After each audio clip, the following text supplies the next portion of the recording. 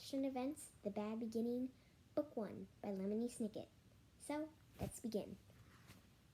Mr. Poe had taken them to the remains of the Baudelaire mansion to see if anything had been unharmed, and it was terrible. Violet's microscope had fused together in the heart of the fire. Klaus's favorite pen had turned to ashes, and all of Sonny's teething rings had melted. Here and there, the children could see the traces of their enormous home they had loved. Fragments of the grand piano, an elegant bottle which Mr. Baudelaire kept brandy, the scarred cushion on the window seat that their mother liked to sit and read on. Their home had been destroyed, and the Baudelaires had to recuperate from this terrible loss in the Poe household, which was not at all agreeable. Mr. Poe was scarcely at home because he was very busy attending to the Baudelaire's affairs. And when he was home,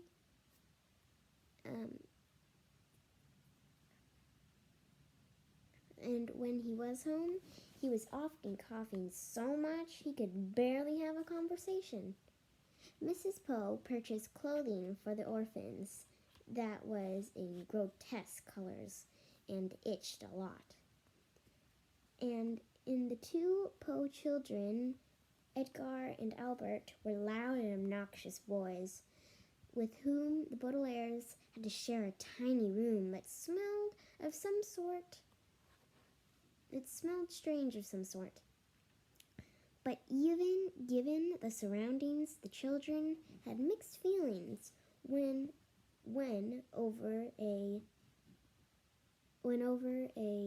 droll dinner of boiled chicken, boiled potatoes, and blanched.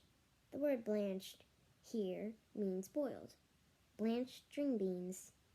Mr. Poe announced that the Baudelaire children were going to leave the household the next morning. Good, said Albert, who had a piece of potato stuck in between his teeth. Now we can get our room back. I'm tired of sharing it. Violet and Klaus are always moping around and are never fun. And their baby bites, Edgar said, tossing a chicken bone to the floor as if he were an animal in a zoo, not the son of a well-respected member of the banking community. Where will we go? Violet asked nervously. Mr. Poe opened his mouth to say something, but interrupted by a brief fit of coughing. I have arrangements, he said finally, for you to be raised by a distant relative of yours who lives on the other side of town. His name is Count Olaf. Violet, Klaus, and Sonny looked at one another, unsure of what to think. On one hand, they didn't want to live in the Poes anymore. No, didn't want to live with the Poes anymore. On the other hand, they'd never heard of Count Olaf and didn't know what he would be like. I wonder what Count Olaf would be like, and I wonder why this story is called The Bad Beginning. So, better come back for more